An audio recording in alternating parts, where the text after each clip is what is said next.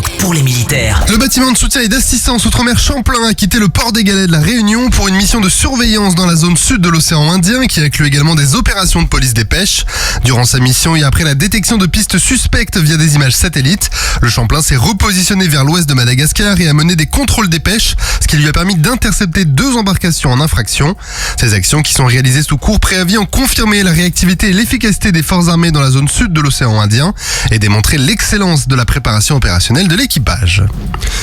Les forces armées gabonaises ont conclu il y a peu une formation intensive de 2 semaines au centre d'entraînement au combat en forêt du Gabon pour préparer la mission Minkébé.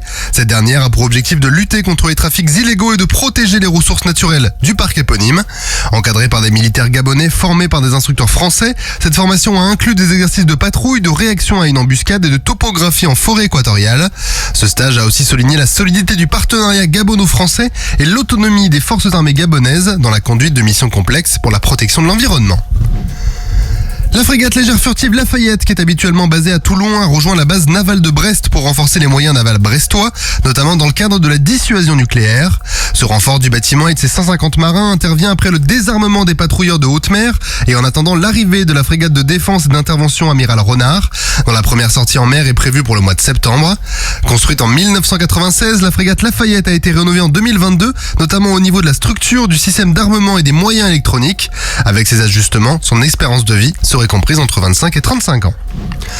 Le président de la République Emmanuel Macron a organisé une réception à l'Elysée pour remercier les professionnels mobilisés lors des Jeux Olympiques de Paris 2024.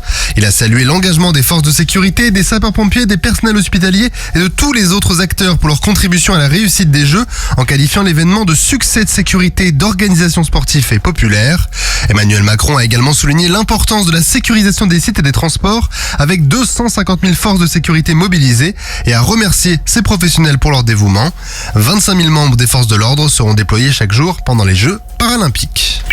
Sur terre, sur mer, comme dans les airs. Skyrock PLM, en équipe avec Cuneo, la mutuelle des forces armées.